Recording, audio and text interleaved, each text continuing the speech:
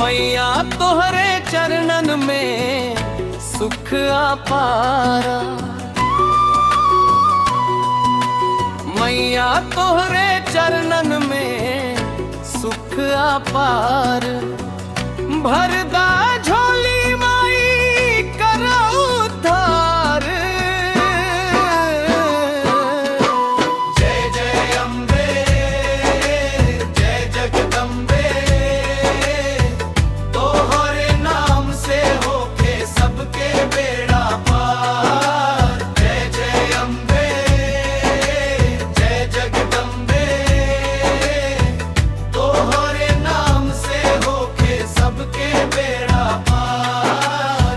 अंतराती नाम पे सवार होके अइली भवानी, चमकेला माई तोहार दीवानी। फूलन के हार चुनरिया लाल, दर्शन पाई के हो गईल निहाल। तेरे अम्बे, जय जगदम्बे, तोहरे नाम से होके सबके बेड़ा पार।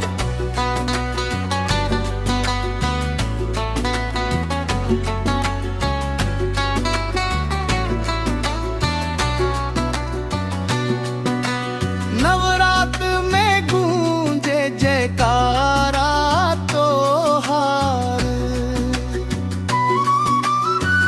दूर करा मैया सब दुख भार।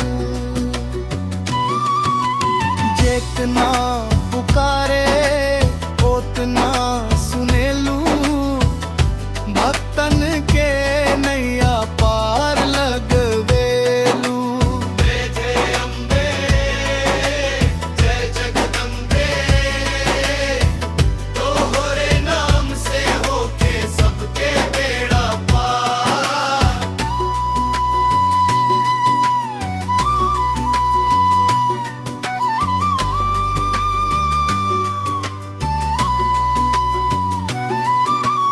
माथे सिंदूर हाथे त्रिशूल,